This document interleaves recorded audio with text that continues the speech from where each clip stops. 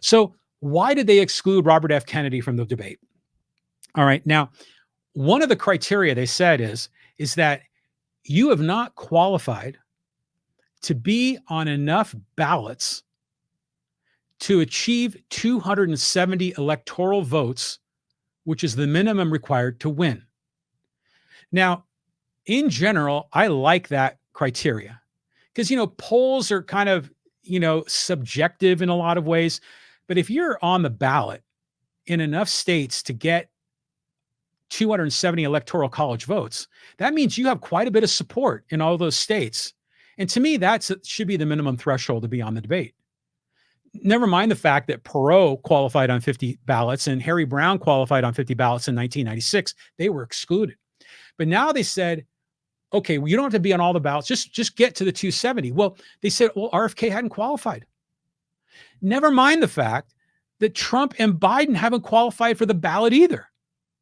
Neither one of them is the nominee of their party. They haven't had the Republican National Convention or the Democratic National Convention when they get their official nomination and they pick the vice president and they have the platform and everything.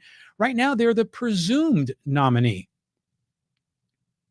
So the very criteria that they're limiting RFK to get in the debate, they themselves don't qualify. In fact, if you look at the criteria, only Robert F. Kennedy qualifies. Trump and Biden don't qualify at all. Now, they went a bit further and they said, actually, when it comes to the ballot qualification, this, again, I've talked about this in previous episodes. Ballot access rules by state vary widely.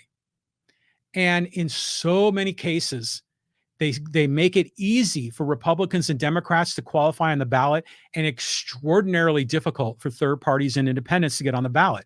Often there are greater numbers of signatures and other, minimum thresholds that have to be met. And that criteria makes it, they create a chicken and egg situation where you can't qualify unless you reach certain minimum criteria. But then if you're not on the debate stage, if you're not really being discussed as part of the selection process, then you'll never get rankings in the polls. And so the news media and the election system kind of reinforce each other so that we only usually get these two candidates. But RFK had actually collected enough signatures in enough states to qualify, but those signatures are sitting at various state Secretary of State offices waiting to be approved, to be verified.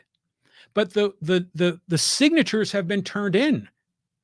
And I don't know the numbers, but certainly, they're going to collect more signatures than the minimum threshold because they find ways to disqualify certain signatures. So RFK and his ground team, as an independent candidate without the benefit of a political party machine, is qualifying on ballots, has submitted paperwork to be on enough ballots to get 270 electoral college votes, yet he's excluded, even though Biden and Trump aren't on the ballot either, because neither one of them is the nominee of their party. Now, it went even further because they say, well, you've got to be at least 15% in certain polls. And in certain polls, RFK was at 15% or more. There were other polls, he was at 15% or more, but the people running the debates, which is essentially the Republican and Democratic parties, which, by the way, are corporations, they said that these polls don't count. Only these polls count. And so even though RFK was qualified in some of the polls that count, he was qualified in polls that supposedly didn't count. And then even amongst the polls that did count, when the poll question went out, a lot of times there were only two choices that were given to the poll responder. They said, who do you support, Trump or Biden? They don't even ask if you support RFK or some other candidate.